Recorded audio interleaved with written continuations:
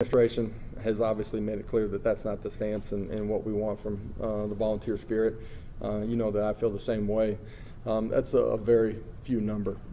Man, the passion, energy from our fan base. I've been in a lot of competitive arenas as a player and as a coach. There was nothing better that I've ever been in than what happened on Saturday night. It's here it's Tennessee, so we're gonna get the best guys here. That's just every year. Every time we're out there, it's competition. Nobody has a spot, nobody's comfortable. We're all working to get better. Just look around. You got the mountains. You got the most beautiful city in the whole entire country. The university is absolutely looks like it's out of a storybook. It's just beautiful. People are incredibly genuine and extremely nice. It's just a place that obviously I'd want my kids to go to school. And it sells itself. You don't have to sell anything about this place. You just got to get them here. The old field of dreams.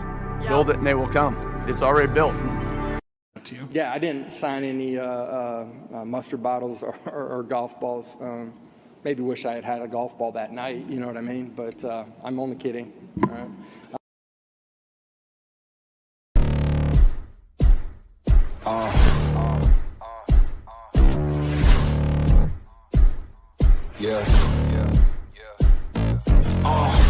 Pardon me and my tone. You can't step to my throne. They ain't working like me. I did this on my own. You asking where we been, huh? I don't know where to begin, huh? All this dirt on my skin. I just came here to win. I'm more than a man, I'm a monster. Somebody call a pastor, doctor. I got a 6 cents for imposters. So now I'm coming for the whole roster. It's not a game, why you playing with me? You could double back, lose track, try and hang with me. It must be in my veins, something you can't tame, cause I break the chains. Can't control me. I got the power, I got the keys, cause I break the chains. They try to hold me, I'ma push back, just wait and you'll see. Welcome to the Talkin VAWLS Network. My name is Boogie Bentley. I'm Dauber. I'm X Factor. And I'm Gabriel, etc. Oh, that's the name. That is the name. Gabriel, etc. Until Kentucky scores 28 points on Tennessee and we change it to something else. We're not starting this now, all right? That's it's a UT, story. one game, 1-0. We're at UT Martin week, okay? That's right. We got to stay focused. We got to stay focused on Tennessee Martin. On UT Martin, That's right. 1 week at a time. 1-0, 1-0. Look, it's going to be a fun show. This is a little something different. I feel like the excitement, the energy, the Alabama high is starting to wear off. But we also got Tennessee Martin coming up on Saturday. Nobody wants to talk about Tennessee Martin. So what we're going to do, we're halfway through the year. Who in the world thought we would be sitting here at 6-0 halfway through the year? So we're going to kind of recap the first half maybe a little bit. Maybe we'll look ahead at some expectations. I don't know, but the main thing that we're going to kick things off with tonight is something we talked about the last couple of shows, and that is, the emotion from that win over Alabama and grown men crying. And I mentioned that in a video. I mentioned it on the live stream. We kind of talked a little bit about it last night on the fan call-in show. The fact that somebody commented and tried to be Mr. Tough Guy and say, I would never cry at a football game, blah, blah, blah. But most of us understand it. Like, we hear that and we're like, yeah, I got a little emotional too. So I want to talk about why. Like, the four of us get it. Most of you in the chat get it. Why would a grown man cry over a Tennessee football game? We're going to jump into that. That's going to be a big topic tonight. Going to be a fun show. Let's run down the chat and see who is here. Cameron Stacy says, Boogie, 6 down, 9 to go. I knew somebody would have something to say because I said 6 down, 6 to go. I knew that would come. It's okay. It's okay, Cameron. I get it. Mark's in the house. What's up, Mark? Larry Dalton is here.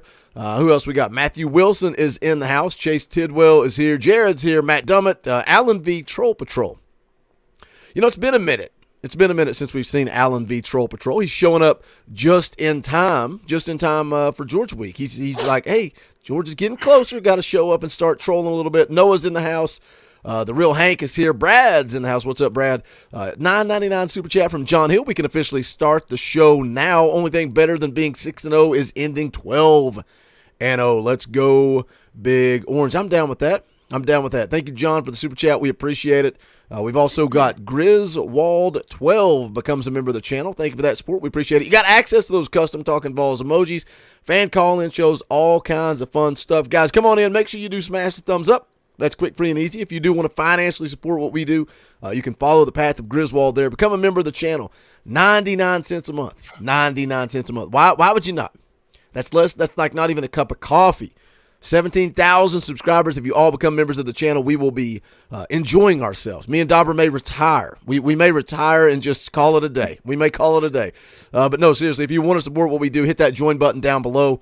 Like I said, as little as 99 cents. If you want to give a little bit more, the fan call-in shows, all that fun stuff. The two guys down here on the bottom, Xavier and Gabe, this is the Wednesday night show. This ain't a fan call-in. This ain't a Monday morning stream. And they're here because they joined the channel and they jumped on a fan call-in show. So, yeah, that's enough plugs and chilling. Let's get into the main event. Dauber, what do you think?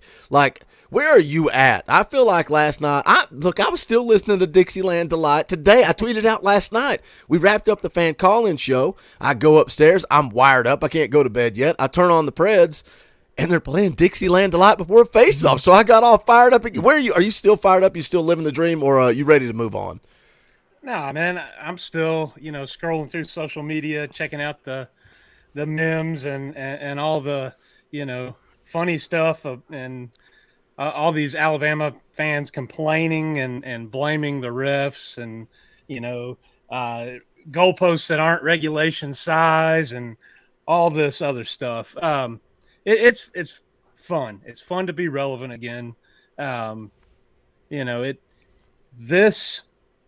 This is what it felt like to be a Tennessee fan, coming up in the heyday of the 90s and into the early 2000s.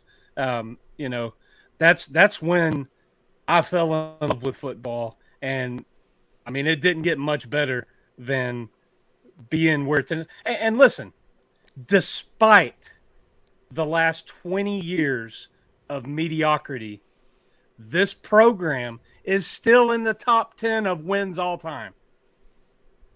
Mm-hmm.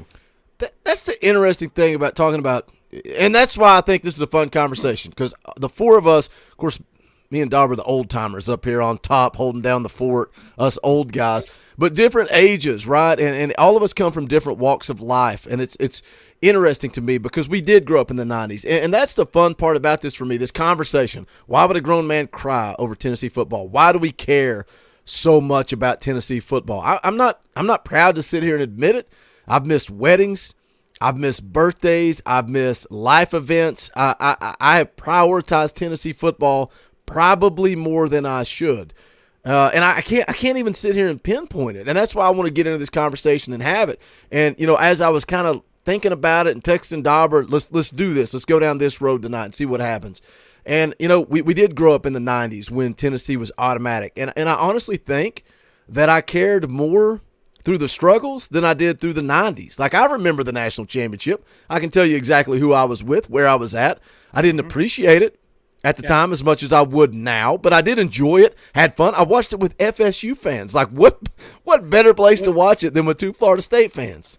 Looking back, and after having gone through the Derek Dooley, Butch Jones, Jeremy Pruitt, all of that, you appreciate where this program was, and you do look back and you're like, man, we took 9 wins for granted, because 9 wins was not a good season. It was mediocre. You expected to be competing, playing in top games, getting top talent. I know it was a little, goofy clip from the movie Blindside, but when Fulmer makes his cameo and is at the field recruiting and pulls up, and all the other coaches are like, well, here's Fulmer, it's over for us. But that's the way it was. Tennessee stepped in the picture, they were getting that kid if they wanted him. and then you just had that downfall, and so much happened with that, and the recruiting just kind of fell off, and then you had other teams stepping up, and then all of a sudden you're competing for guys with Kentucky, with Vanderbilt, with Clemson, who finally emerged as a relevant team, but in the 90s, early 2000s, they weren't. You didn't. Tennessee didn't compete with Clemson for recruits, but so much changed on the national stage of college football while Tennessee was in a downturn that they just got left behind. And that's what's so exciting about this Josh Heupel offense, because it's unlike anything that's been seen at Tennessee. It's finally exciting football, and it's really brought Tennessee into, a modern era. So it makes a little bit more sense for us because we had a taste of success, whether we appreciated it at the time or not, right? We had that taste of success, and we just want to get back there. And I've said it on here before when they kicked the field goal against South Carolina, when during Butch's time there. We had season tickets. Me and my wife, JP, we had 4 tickets together, and man, that was emotional. And it's like, how embarrassing that winning a South Carolina game is emotional, but we've had that taste of success. So that flips. Let's go to the youngest guy on the panel, Gabe, who hasn't seen that success. And we were talking right before we went live, and you said that, man, I got emotional after the kick. I got emotional the next day. So can you put into words why are you emotional over Tennessee football at your age?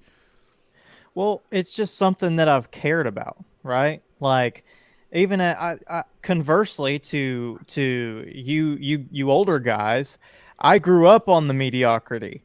I grew up on the Derek Dooley and the Butch Jones. Butch Jones was,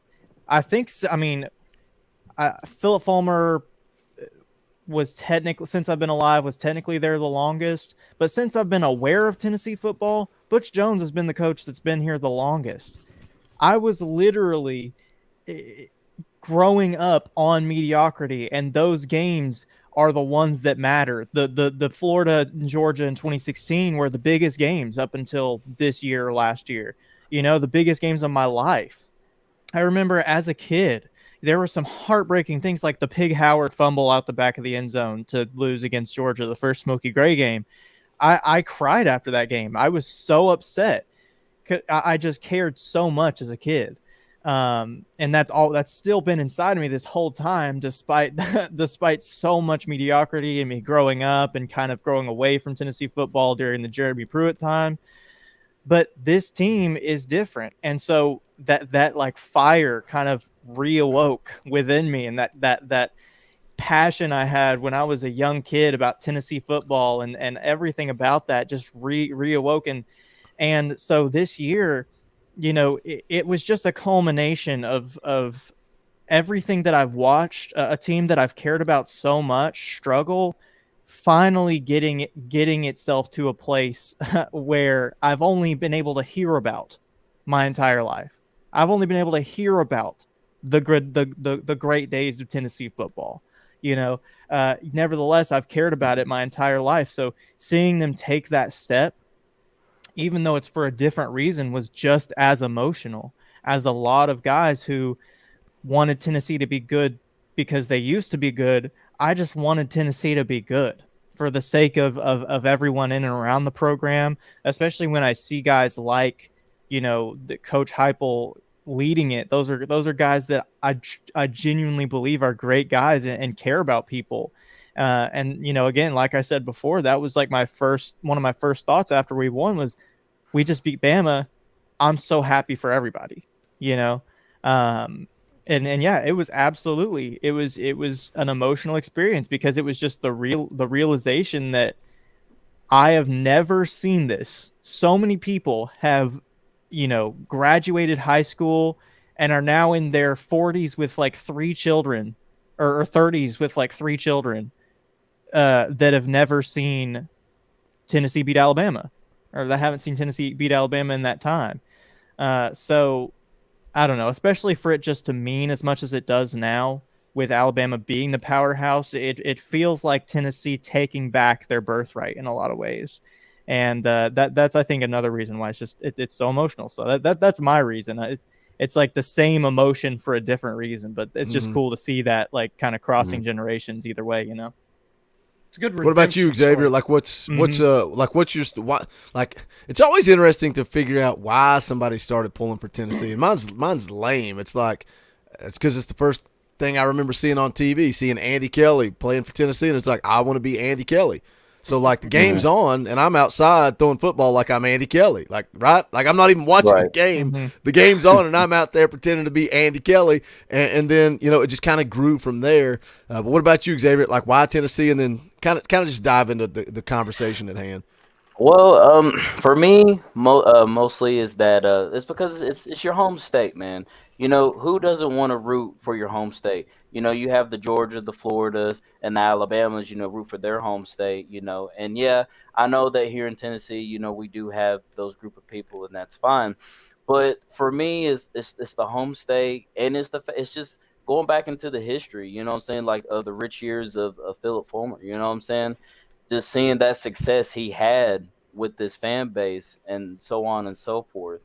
And that's why for me that I just pulled for Tennessee, and like I want to see and experience that of the former years and be like, man, that was an awesome time. Because I think I said it back in one of the post game shows, is that, you know, a lot of people forget that Tennessee was the Alabama back in those days. You know, we was a dynasty team, you know, and our resume basically shows it for itself. And that's why for me, I just find it very funny how, you know, we've been made fun of and poked at for so long, but people don't want to bring up the resume. It's only because that they know that the success that we're having now is that we're on our way back to the top. And a lot of people know that. So for me, that's why, like, I've always believed that this program will be back up on top. And, you know, we all had Battle Ball Center to be like, well, it's going to be another 5, 6, maybe even 10 years till we get back to those glory days.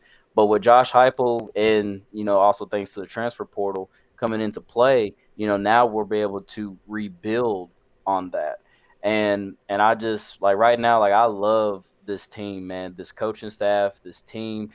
And they even, you know, even Hendon Hooker, you know, like he's a young gun too, you know, and I thought it was pretty awesome that he pays homage to the legends at Tennessee, because he talked about that the previous game. So, you know, they want to experience that too. You know, all those guys on the team, they want to experience the success glory days of Tennessee and be part of that. So, but yeah, for me, like I said, I've always rooted for Tennessee because it's the home state. You have to root for your home state, and I just love where this team is at right now.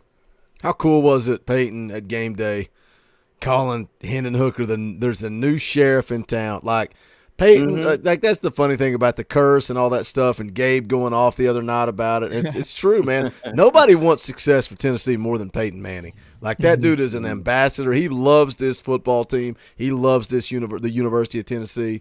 We got 283 people watching live right now. Come on in, guys. We're just having a good time talking Tennessee football, talking about emotions from the win over Alabama. We're going to kind of recap where this program is at 6 games into the year. But do us a favor, hit the thumbs up, share this thing out, share it out on Twitter, Facebook. I know I say that a lot, and most of you probably are like, I wish you would shut up and get back to talking about football, but it takes you 2 seconds. Share it, hit that share button, and then hit Twitter, hit Facebook, hit Instagram, whatever, and boom, hit a button, it's done, it's over.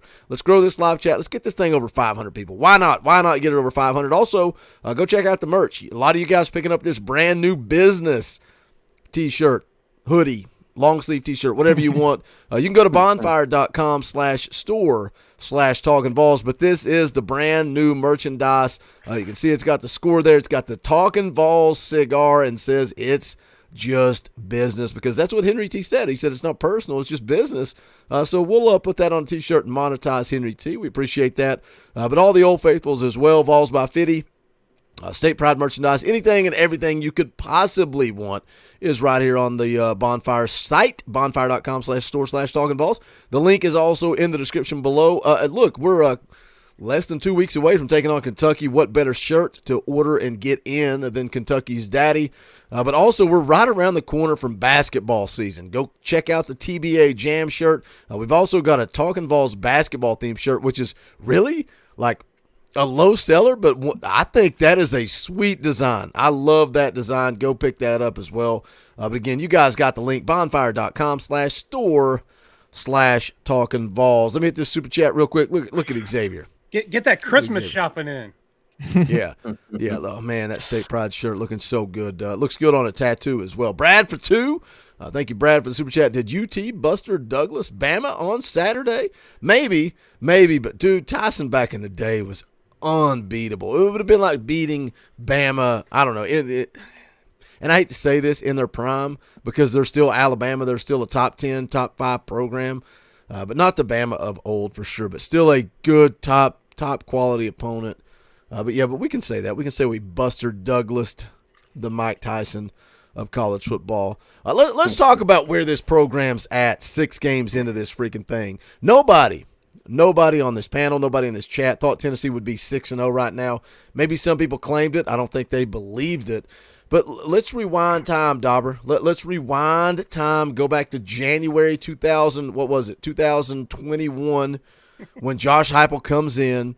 People are Googling, who the heck is Josh Heupel? What has this guy done? Not very many people were happy with the hiring of Josh Heupel. But it's not just that, man. When we look at what he's done, it's not who he is and where he came from. It's really the roster and everybody transferring out. And to be where we're at in year 2, man, just a great – look at the quarterback room. The quarterback room alone. Nobody is left from when Josh Heupel showed up. Yeah, Hendon Hooker was kind of caught up in the middle there. Like when Pruitt was on the way out, Heupel was on the way in, Hendon Hooker transfers in. Everybody else is gone. This is a completely different football team, and here we sit at 6-0, 6 games into the season. Completely unexpected. Was like 34, I think. 30-some transferred out. And, just Josh Heupel inherited a absolute mess. And then, you got people dogging Danny White because, he just brought his boy up here. He just did this and that, and he couldn't find anybody else, so he just settled. And,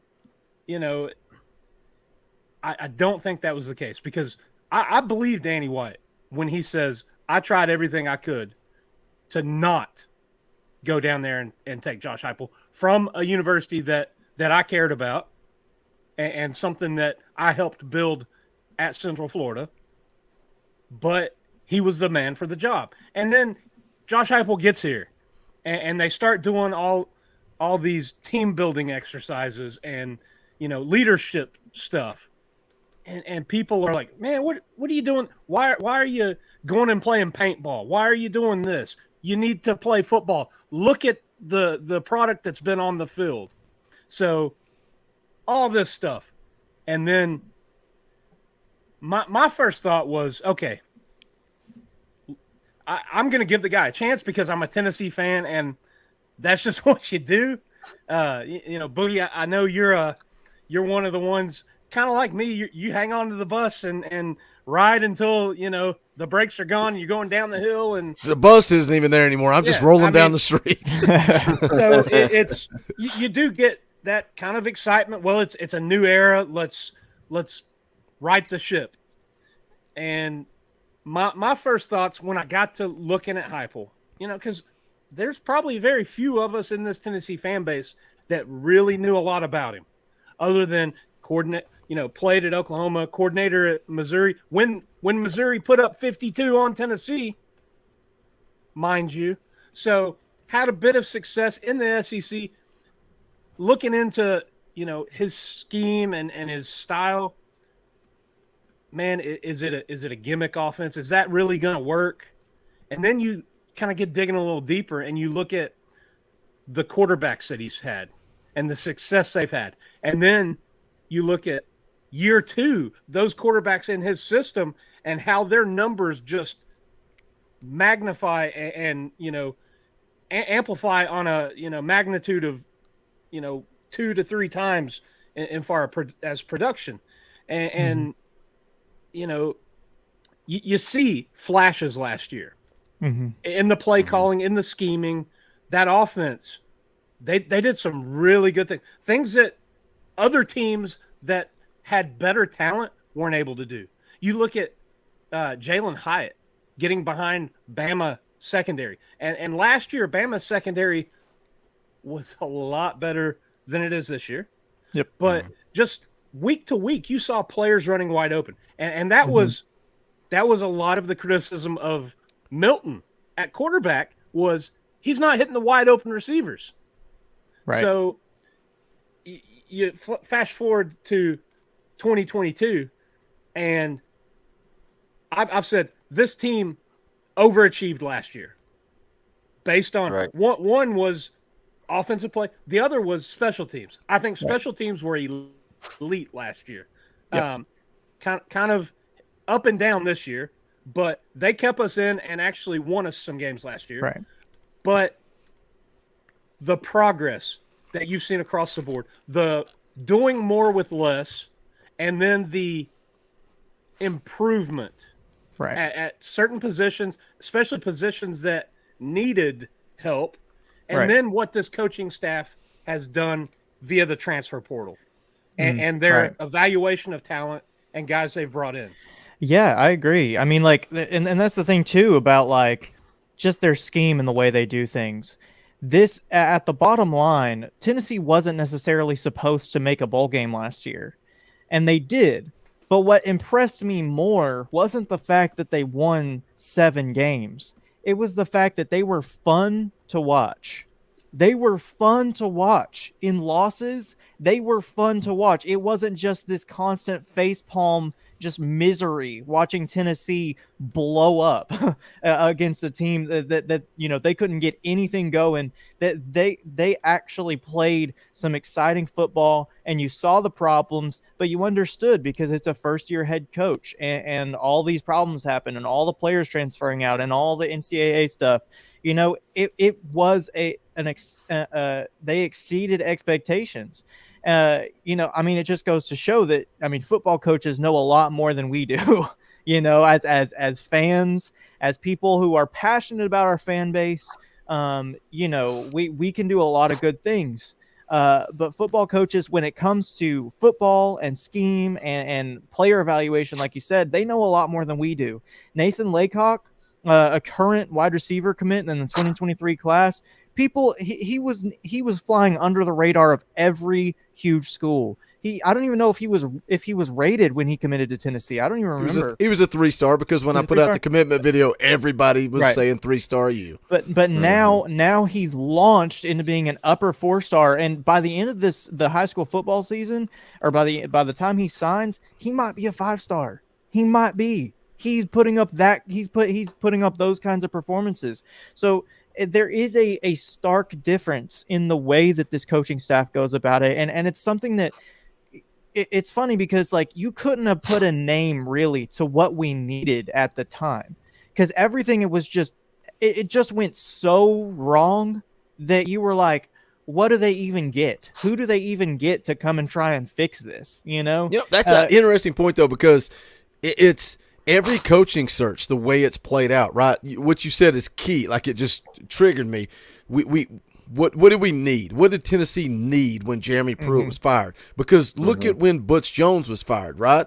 Jeremy Pruitt comes in, Xavier, and he's the complete opposite of Butch. So you've got Butch, who's a used car salesman. He's throwing out all this lingo, 63 effort, brick by brick, right? Jeremy Pruitt comes in, and it's, we're going to coach football. We're going to run the football, all right? We're going to run the football, all right? We're going to recruit elite level talent, all right? And it's like, okay, this is a Southern ball coach. This is what we need. And then he gets fired, and it's like, maybe we need a leader, not a freaking ball coach, not this, not that. What do you think about that, Xavier? Josh Heupel was exactly what we needed, a guy that's been there, done that as a player, and now as a coach. He is something different than what we've had here in a long, maybe ever. Well, yeah, because, Pruitt was just – what I really thought that Pruitt was going to work was because, and let's be honest, he came from Bama. So we thought that we was going to get a coach that was like, all right, He's from Bama. He's learned underneath, Nick Saban's belt. Came in, total disaster. And then what I really didn't, respect him was because he just kept throwing, his players under the bus and stuff. Because, yeah, it's like, how are you going to say that, oh, we're going to get the best recruits, but then you're going to throw the players you have now on your roster under the bus? Like, nah, get out of here.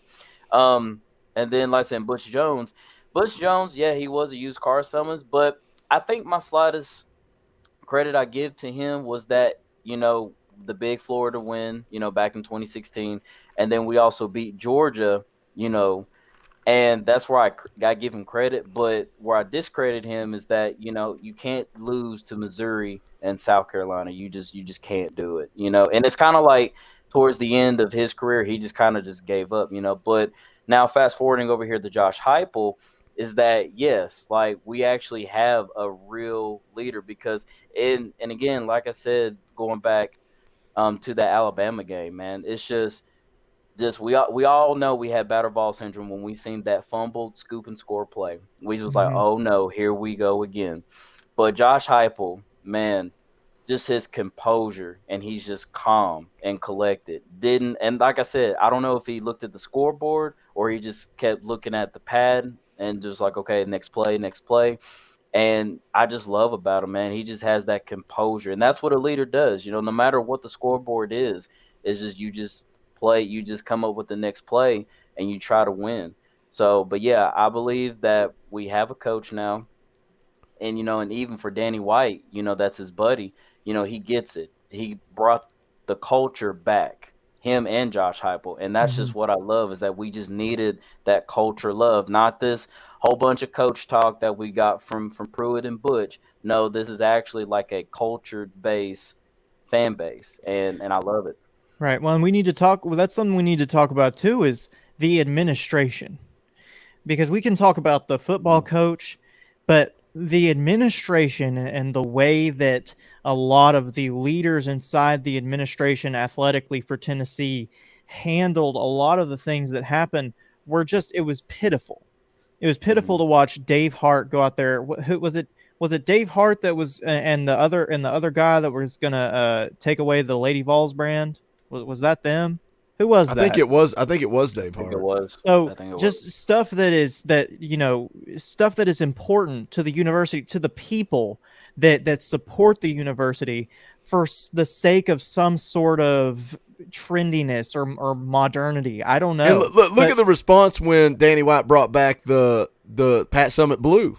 Like, look at the response to that. Yeah, huge. It's huge because Danny White. Because I mean, Philip Fulmer, I think he knew he wasn't going to be there for very long. In an administrative, I think he stepped up when UT needed it. I don't think he wanted to do that, and I don't think he was not a very good athletic director. Okay, he just wasn't. Right now, let me play devil's advocate just a little bit. You don't think? And look, I love Phil Fulmer. I got a picture of him right here hanging over my head, hoisting the national championship trophy, courtesy of Snake. When they won the national, Snake was at the national championship game. He was a student at Tennessee when they won the national championship. He went to the game, and I think somebody on campus just went and got like stacks of the Daily Beacon with Fulmer hoisting the trophy. And Snake, I almost said his real name. Snake got it autographed by Fulmer for me. I love Phil Fulmer more than anybody. He's my coach, man. That's the guy. Phil Fulmer is my guy. When he got let go, it was time. But it's still, you talk about emotional. I got emotional. But I know somebody that played for Fulmer, and he was a walk-on. So whatever. Take it for what it's worth.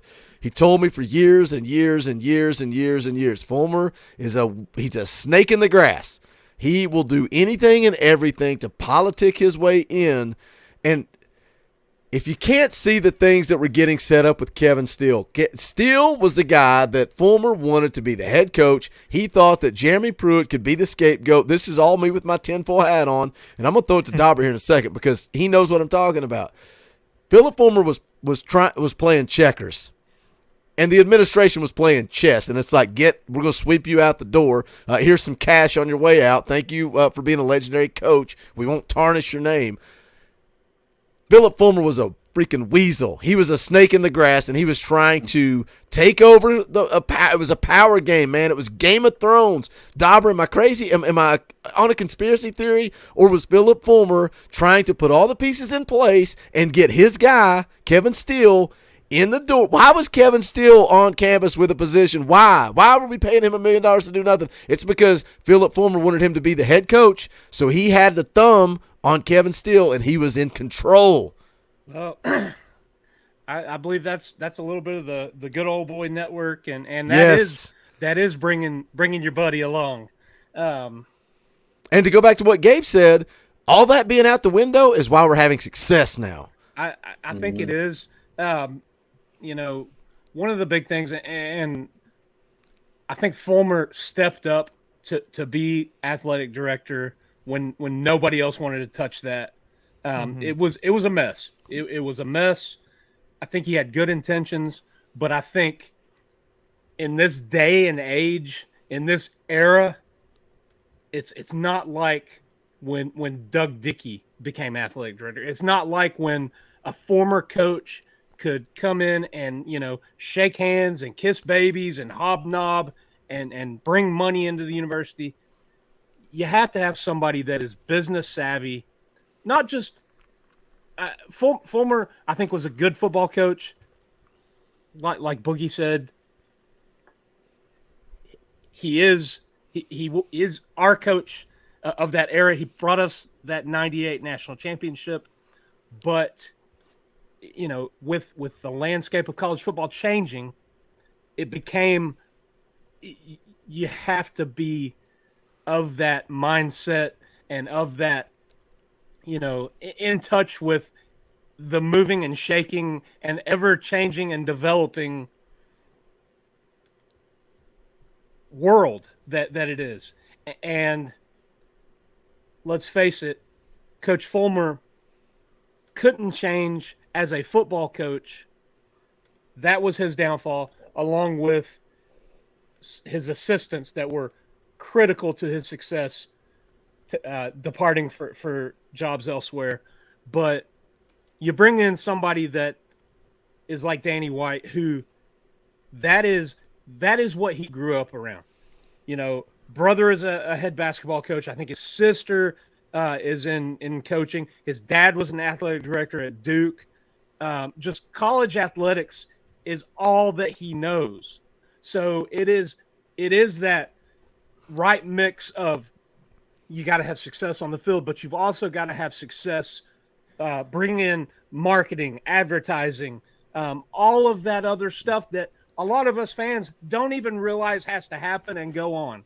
But it's like the goalpost thing, and I saw people complaining about that. That is marketing 101. That is business savvy. Absolutely. We have the most ridiculous fan base. While the iron is hot. Yes. Why do you think we're live every freaking day after Alabama wins? 72 videos going up a day leading up to Alabama. You strike while the iron is hot. And Danny White knew, if I put this out there, we're going to raise some money. And then guess what? The goalposts go up within a matter of days because they already had the goalposts. Like, they've been in storage for a long, long time. It is what it is. Since 1998. It's 98. Yeah. Let me run through some super chats real quick. We've got 364 people watching live. I doubted you guys. I said you wouldn't share it. You did share it, and we almost doubled our viewers. Let's do it again. Let's smash the thumbs up real quick. That's easy. If you're here, if you're watching, clearly you like one of us. You probably hate, I don't know, probably hate us. I know you hate Gabriel at this point. I've realized that. Maybe you just like Dauber. Maybe you just like Xavier. I don't know. You like something, hit the thumbs up. How about I pull a old move from JP's playbook here and say we double it again? You want to give away some merch? Oh, I mean, we got that brand new business shirt. We could give one away. It's business time. There's no way. There is absolutely no way that we can double and get to 700 viewers in like 20 minutes. There's no way. But hey, you said it. You'll be like JP. You'll eat up all our profits. I'll take it out of your paycheck. So why not? So if we double the viewers, so everybody right now, stop what you're doing. Hit that share button down below. Send it to Twitter, Facebook. Austin McKenzie in the chat says, I'm a large boogie. Go ahead and send it. Maybe. We'll pick somebody. If we can get this thing to 700, it's up to you guys. Just hit that share button. You can copy it, go to Facebook, paste it everywhere, paste it in all the Facebook groups you're in, post it on Twitter, Instagram. Let somebody know we're live. If we double this chat, ain't going to happen. I'm doubting you guys again. Call your mom. That's what I do. Call your mom. Call your uncle. Call your best friend Tim that you've not talked to in years. I don't know. Call somebody. Let's grow this thing to 700. I'll tell you what. I'll give away, screw it, 3 shirts. 3 shirts. Ooh. 3 of them. Three business shirts if we can double the chat in 20 minutes. It's impossible. So let me run through some super chats real quick. Griswold 12 for $10. Thank you for super chat. Love how Kirby Smart played for Georgia when we won the Natty. Seems fitting he would be coaching there when we win it this year. GBO, I like the way you think. It kind of reminds me of Red October that we've been talking about the last few weeks as well. Travis for 10. I was born in Kentucky in 94. My dad played hockey at, I wonder if that means Kentucky, UK. My first love was Casey and Eric. I was waiting a long time for this. Dude, I love both those guys. I was a big Eric Ainge fan, big Casey Clausen fan. Those guys, I think a lot of people respected and loved both of them after they were gone, which seems to be typical of this fan base. Scott Huff for $20. That ain't cheap. $20 ain't cheap. $20. Just ain't nothing. Nothing. Just says, hey, love what you guys do. Here's $20. Thank you, Scott. Very generous. We appreciate that. Support my man. Connor Wilkerson becomes a member of the channel. Thank you, Connor.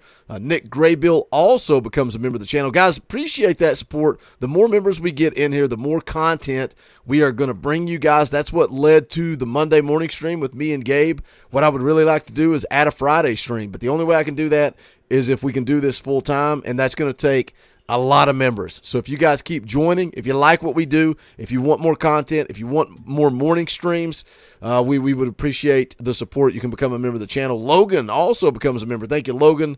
We appreciate that as well. All right, we're caught up on Super Chats. We are caught up on members joining. Thank you, guys. We appreciate it. Do share that thing out. Smash that thumbs up. We're 41 minutes into this thing. We're not going into Tennessee Martin yet. Let's talk a little bit about the first half of this season. And we don't have to dive into any specifics. Obviously, the big moment, right? You pull up the schedule and look at it. The big moment was Alabama. What a huge moment. But Xavier, when you looked at the first half of this schedule going into the year, we talked about the importance of being 4-0 in September. What kind of surprised you on the front half of the season? Just overall, top to bottom, offensively, defensively, player. Take this however you want to take it. Outside of Alabama, obviously nobody was picking Tennessee to beat Alabama. I think probably the one game that surprised me was LSU. And again, it's the battered ball syndrome maybe because, hearing the name LSU, and we know that LSU has all the talent. They got recruits and stuff down there. But, with Brian Kelly going down there and, just having this new coaching staff go down there, I was a little curious to see how they were going to look. But that is the one win that definitely surprised me because I called it the preseason. I said, this is a toss-up game because LSU's that good. And then even going to Pitt, Pitt was a really – I said that it could have been a toss-up, but I'm like where I was right there with you, Boog. I was like, nah. I was like, this is our revenge game. Pitt is definitely going to be a good revenge game, and I loved our chances in that game. And it turned out to be a great game, really, really great game. But I'm very surprised and actually glad that we got the win at Pitt and LSU. And, just to top it off for this first half, like I said, just Bama. It's just like I said, we all seen it was coming as an L. But now, shoot, just move the goalposts. Sky's the limit. Yeah, I definitely think, I don't know, I think Pitt was the only frustrating game this season. Everything else has just been fun to watch. I know the Florida game was a little sketchy for a minute there, but Pitt was frustrating to watch because I really believed that we could blow them out of the water. Obviously, game 2 of the season, a second year in the system. You played Ball State the week before. I don't know. I've been very entertained this season. Not just because we're 6-0, but just because I love watching this team play. I love watching this team play football. I love watching Hendon Hooker do his thing. I've loved the improvement from literally every single player on the field. I've loved Brew, breaking out. Like Brew McCoy is one of my favorite football players. I just, no matter what you think of his Mine's past or Hyatt. story. What's up? Mine's Hyatt. Look, Jalen Hyatt. Like I say, like no, not to discredit, Brew. I do love Brew too, but man, just Jalen Hyatt. Mm-hmm. Cause during the preseason, cause like you heard about it in camp. They was like, hey, they said this, Hyatt, he's gonna break out and have a big year, and just to come up big hero status in that Alabama Right. game, and then even in the Pitt and Florida game, Right. it's just Hyatt is just my favorite Right. receiver. And I mean, we've heard from the coaches what kind of guy he is mentally, right? Like Hmm. really setting goals for himself and exceeding those goals. Now we see the result of that physically on the field, but I even realized it even more after the Alabama game when he was at the post game presser and he said, I remember last year they were lighting up cigars like with 5 minutes left into the game, and he said Hmm. he remembered that. He remembered that feeling, and he let that drive him. And that's when I like really knew. I was like, dang, this guy's unstoppable. This And guy is also, unstoppable. And I also love the comment he made too when he was just like, I love going out there and making plays for my quarterback. Because he even said that he knew of Hooker before he came to Tennessee. And he was just like, yeah, he said, I love making plays for my quarterback. So he said, that's Hmm. my guy. And that's what we talk about, the whole locker room chemistry that Josh Heupel has brought. Like, it's a brotherhood, You, you, and you they're know going to why go out Hyatt? You know why Hyatt knew Hooker? Because he had there. committed to Virginia Tech. Yep. Yeah. Yeah. Every Virginia Tech fan is puking I've watching seen that them. game. I've They're seen. puking just like Jerome Carvin. Yeah, I've seen a Mhm. lot of. I've seen a lot of. That A could lot be of. their connection right there. The Speaking of connections, Yeah, I was gonna say. Yeah, no, that was I've. It's been fun because Virginia Tech fans are they're pretty docile and they're nice people, and I like they're Virginia Tech garbage. fans. I hate them. not when you live in East Tennessee. Yeah, I hate every one of them. I don't know. I went to battle at Bristol, so I didn't really have any problem with them. They were all pretty chill, but Me I and would Dauber say- live right in the middle of Virginia Tech and Tennessee, so we hate Virginia Tech. Okay, Dude, the Battle of Bristol too. Nothing but Virginia Tech fans behind me screaming the entire opening of that game. How bad we were, how we're trash. They got an earful late in the game. They got reminded of the score every single time Tennessee scored. they got destroyed in that game. I just think they're irrelevant to me. Like, you know what I'm saying? Don't get me wrong, man. I'm sure it's a great school and program and all that. No, it's trash, Xavier. It's trash. But Hey, I'm gonna enjoy beating South Carolina because that's a connection to Beamer ball. We'll just keep piling on. Yeah. I, Dude, I hate Virginia Tech. I hate Wow. their claim to fame is Mike Vick, who freaking bred dogs to fight each other. That's their what my claim to homeboy fame. is.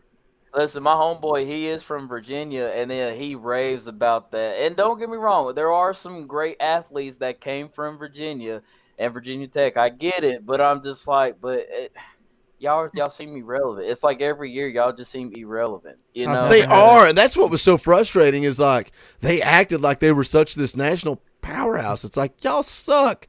Y'all suck at football. I've never had a bone to pick with those people, Well, but you're in Texas.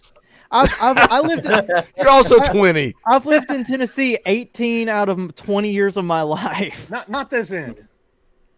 Well, almost Knoxville. I know That's Knoxville's. still- I know that's not- Knoxville's the that's big. not I know far enough. Knoxville's the big city for y'all country Hey, boys. careful But- now, careful. Hey, No, the hey problem now. is like I said, we live right in the middle of Tennessee and Virginia. So there's a lot of Virginia Tech fans. I would imagine. around I'd where we imagine it's a live. lot worse when you're around those guys because they don't. There's no Virginia Tech fans in Knoxville. There's no. It's. I mean, other fan bases hardly dare to step foot in Knoxville most of the time. Let me hit these But couple of super chats real quick. Well, that's not a super chat. Larry Sutton becomes a member of the channel. Thank you, Larry. We appreciate it. Brent Bridges for $20. That is not cheap. That is a very generous super chat. We appreciate it. Says, I think more people need to give our defense more credit. Alabama had 11 possessions, and we only allowed 5 touchdowns. I know it's not great, but that's a good percentage to me. Yeah, I think this defense, Dauber, bends, but no break, right? We talk about that a lot. They play stingy defense in the red zone. And holding Alabama, and look, I talked about it in the post game. I don't know if it was 1.0 or 2.0, but Nick Saban didn't coach scared, right? He was taking 3 points, and that ended up being a huge part of this game. Tennessee getting stops and forcing field goals. Well, this team. Well, I mean, it's just this team is just undisciplined. That's just what it is. I think this is probably the first time we've seen an undisciplined Alabama team under Nick Saban, and that was what really shocked me, And to some of the Alabama fans too that say like, "Oh, the refs this, the refs that." No, I mean, and I'm not going to go into a big spill about it. We all seen the game. We all know the real, true results of what happened. But just be real. You shot yourself in the foot. You should have made the field goal. And you shouldn't have had the penalties. I mean, actually, all the penalties. You shouldn't have. I mean, you played a sloppy game, So, call a spade, call it what it is. But at the end of the day, we got the dub. So, well, that's going back to that Bama's very first drive of the game. Defense stepped up, forced a punt, and that's what I've said all along about this Josh Heupel coach team. The offense is going to get theirs. The offense is going to go out and score their points. Can the defense do enough to slow down, keep the opponent out of the end zone 1, maybe 2 times, hold them to a field goal or a field goal attempt 1, maybe 2 times, and that can be the difference of the game. And that's exactly what the difference of the game was. You force a couple punts, get a couple stops. They make 1 field goal. They miss 1 field goal. The crowd noise and the false starts and all of that was just absurd. Even though Alabama has been undisciplined, like you're saying, Xavier, they've had an issue all season with penalties, especially on the road. That showed at Texas. Looking back at the first half of the season for me, LSU and Pitt games are probably the things that stand out to me. But it's the fact that as the national media and all the, Tennessee was a favorite in both of those games, going on the road, and that is something that that's been not the way this team has been viewed. It's Tennessee's going on the road. They can't do this. But they were picked as favorites to go on the road to ranked teams. That's what surprised me. That's what my take from the first half of the season is. The Tennessee being media darlings right now. Tennessee being favorites, going on the road, and being picked to go take care of business. And the fact that they did. Let me one more super chat, then we're going to do something real quick here. Marler TV for 5. Thank you for super chat. I'd like to take this opportunity to remind everyone to take the under on Kentucky. The entire chat has turned on Gabe, and I'm here for it. I'm here for it because it makes them like me and Xavier and Dauber even more. And they hate Gabe. I'm here for it. That's why I brought Gabe on the show, is to build up my own ego just a little bit more. Guys, we're going to go into some predictions here. We still got 350 people watching live. I told you guys to share it out. We lost 3 people, so I don't know what happened there. But we're glad you guys choose to hang out with us on this Wednesday night. We appreciate it. Go check out the merch, bonfire.com/store/Talkin VAWLS. The brand new business shirt. I love it. Such a clean design. Love the score. Love the cigar. Love everything about it. The quote, all of it. Go check it out. And somebody asked me, Boogie, is this limited edition? When do I have to get? No. This is going to stay up. So if you need to take your time, Take your time. We also got Vols by 50. All the old faithfuls are there. Go check them out. Bonfire.com/store/Talkin Vols. As always, make sure you guys smash the thumbs up. That is quick, free, and easy. You don't have to pay a dime, but if you do want to pay a dime, you can join the channel. Hit that join button down below. We would greatly appreciate it. As little as 99 cents a month, all the way up to $10 a month.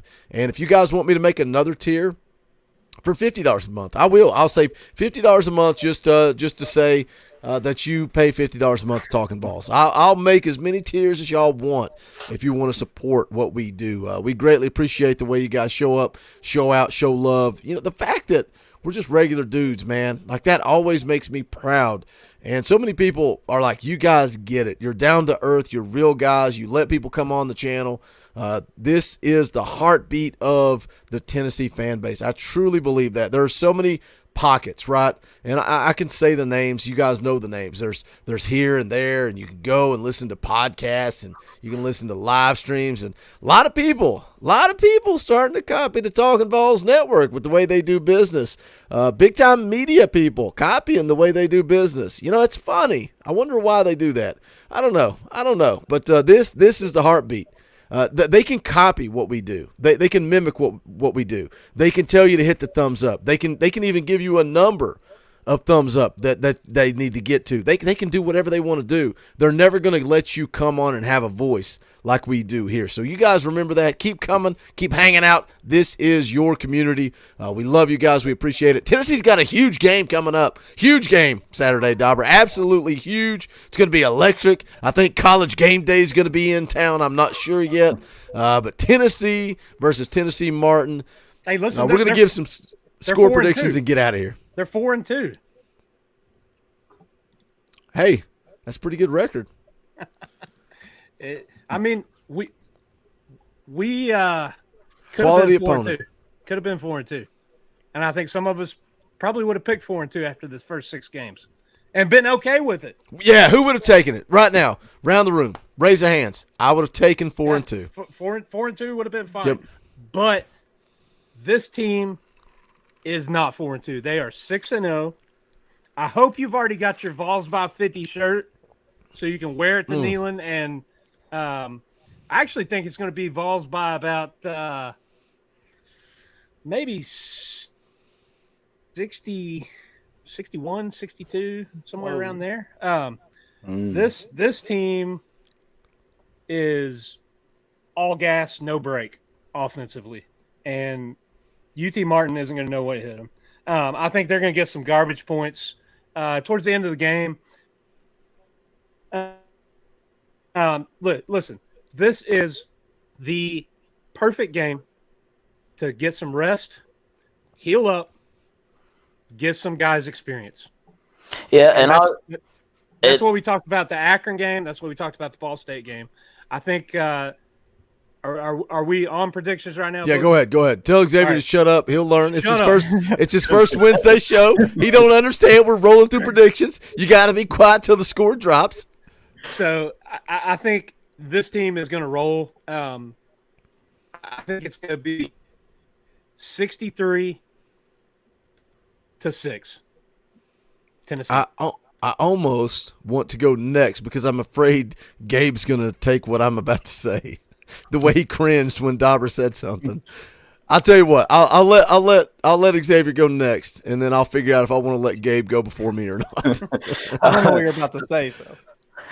So back to what Dauber was saying about, letting these guys the secondary come into play. It was very funny because I was talking to a coworker at work, and we was talking about UT Martin coming up, and they were saying they was like, well, why don't they just rest the starters, Hendon Hooker and Cedric Tillman and all those guys, and just let the secondary go out and have fun. And I was like, you mean like putting Joe Milton in the secondary? I was like, you know what?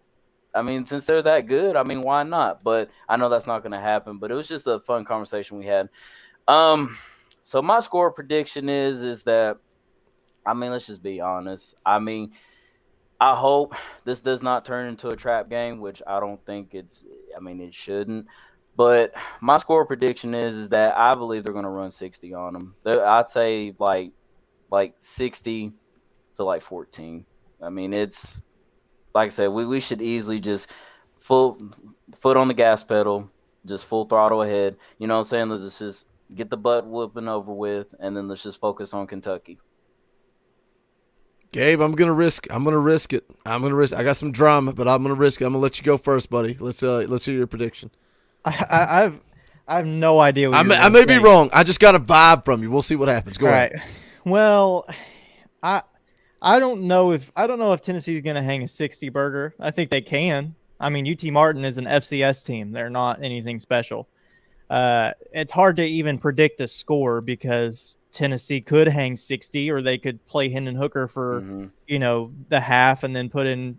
I think Joe Milton can score too, but I don't know. I mean, again, it's hard to predict a score. I think that we are going to rip apart their offense. I think they score a touchdown. So I mean,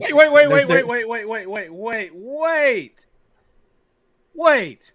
You think you're the rookie? Dauber's not going to let you finish your score prediction. You think UT you Martin can't tell him to score shut a up. touchdown, but Kentucky's only going to score 10? Go on, son. All right. Oh, God.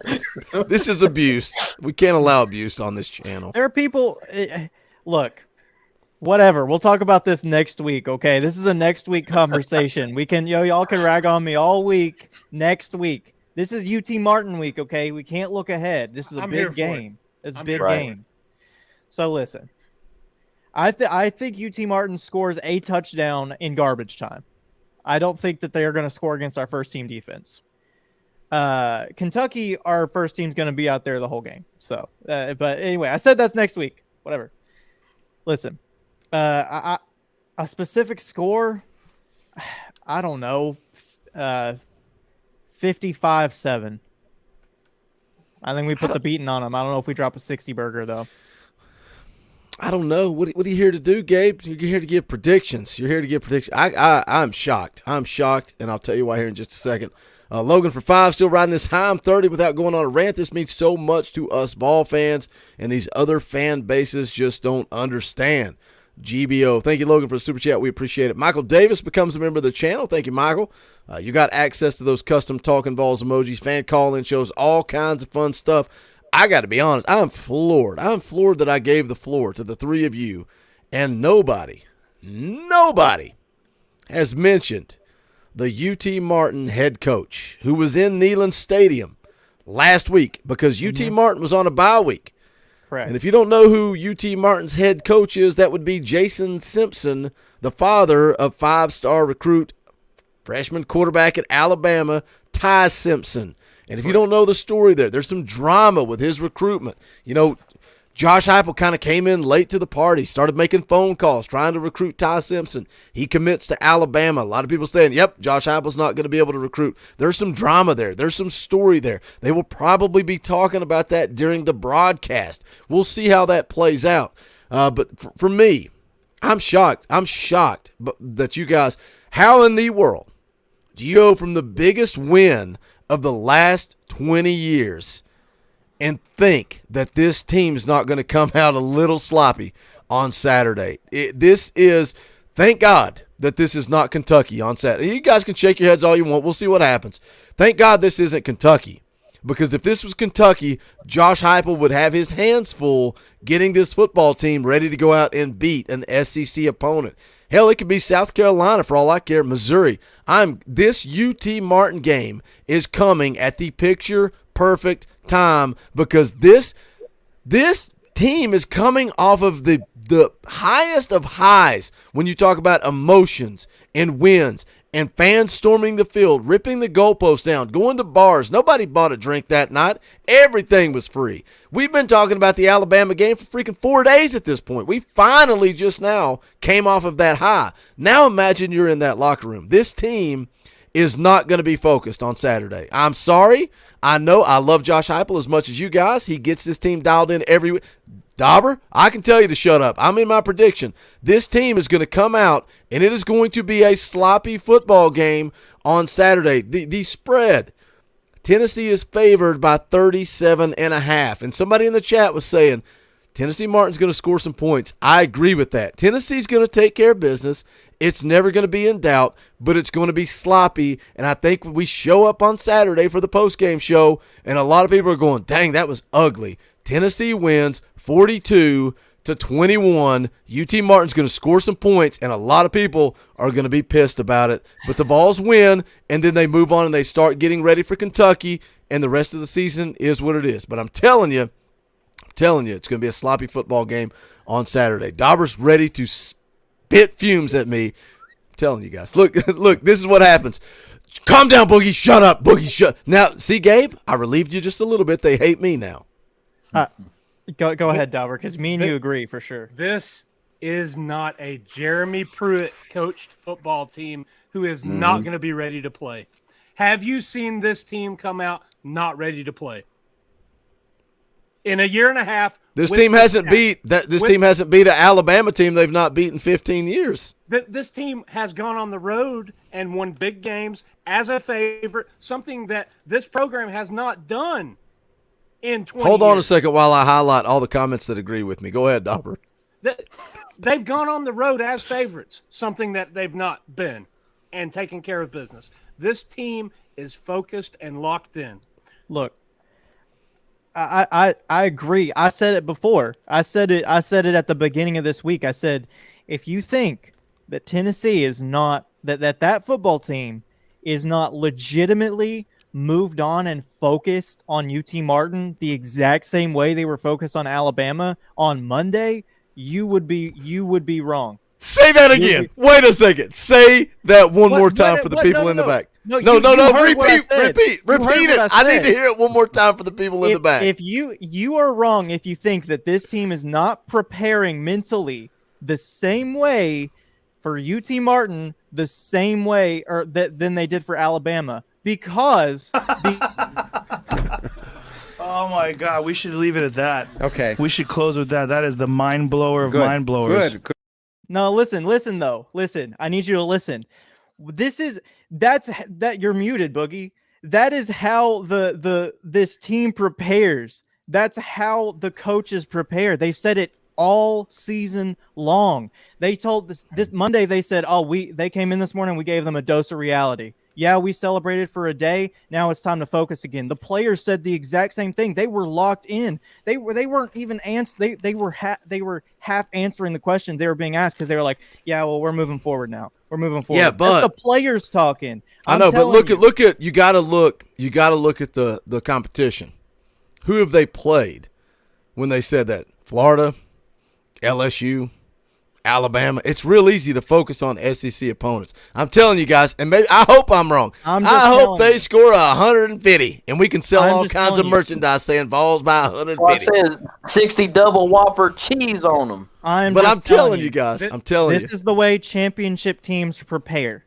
This is the necessary measures. I pissed off everybody. This is the necessary measures they knew that they needed in order to be the team they are. They would not be the team they are if it was not for the preparation and the mental fortitude this coaching staff has instilled in them. That means celebrating for a day, move on. It doesn't matter if you're playing UT Martin next. It doesn't matter who you're playing. Move on and focus on the week. I am telling you, this team is going to come out and be focused against UT Martin. This team has. I laugh every time you say that. I'm sorry. Go ahead, Dauber. I'm sorry. What? Not you, Gabe. Oh. Every time he says they're going to be focused on UT Martin, I start laughing. I mean that is a little funny, but I'm with you, Gabe. I'm with you. This team has a big picture in mind.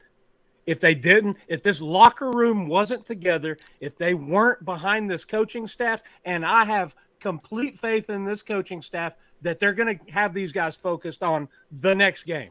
And that's not just, bullcrap coach speak. I think that they have the big picture. That's what Josh Heupel told Hendon Hooker. All right, you're coming back. Let's go to Atlanta. You can't go to Atlanta when you get beat by UT Martin.